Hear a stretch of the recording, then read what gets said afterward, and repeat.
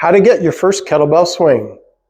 To start this kettlebell swing, we want to be in a triangle position. 1, 2, 3. The distance would be, when we grab the kettlebell, we want it at about a 45-degree angle. Triangle, 1, 2, 3. Hips back, 45-degree angle with the kettlebell. To initiate the kettlebell swing, we're going to hinge here at the hips. So you take the flat of your hand, put it in the inguinal crease right here where your lower stomach meets the top of your thigh, and you're going to push that back. So what we're looking for here is minimum knee bend, but maximum hip bend. Once you have the proper hip hinge with the back flat, the next movement is called the hike. It looks like this. 1, 2, and part. Your hands are obviously going to be holding the kettlebell.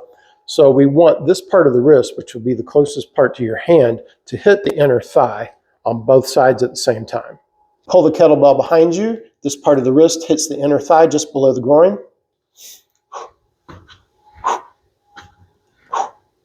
As you pull the kettlebell back and as it hits the inner thigh, you're actually going to come up. You're going to rise up through the hips to meet it. The reason why you have to bring the hips up is that if you stay flat like this, you'll just be dragging the kettlebell. So what we want to do is we want to clear the floor and get into the power position where the forearms meets the thigh. In order to do that, I have to rise up with the hips.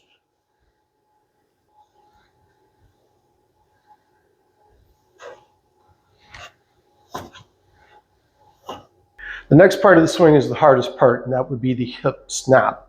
It has to be fast. So when you're in the hip hinge, the hamstrings and glutes are in a stretch position. Now, like a rubber band, we're going to snap them back.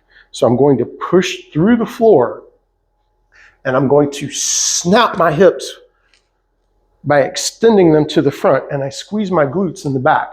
And this, with the right timing, causes the kettlebell to go flying. Putting the hip hinge together with the hip snap looks like this.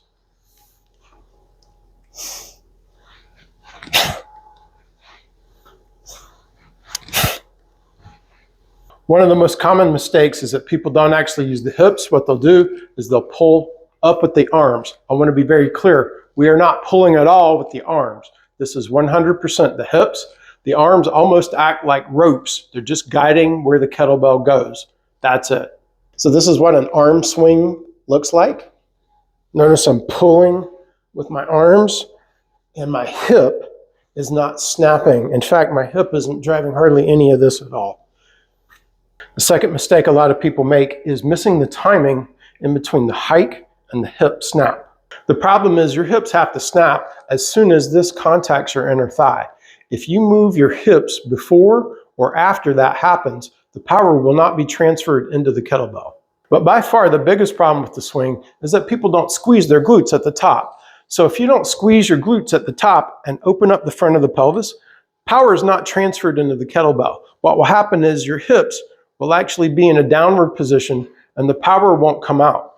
So what you want is to maximally squeeze your glutes as hard as possible in order to send the kettlebell flying.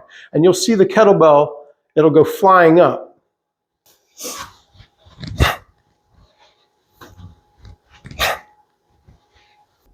So that's your first kettlebell swing. Let me know if you have any comments or questions.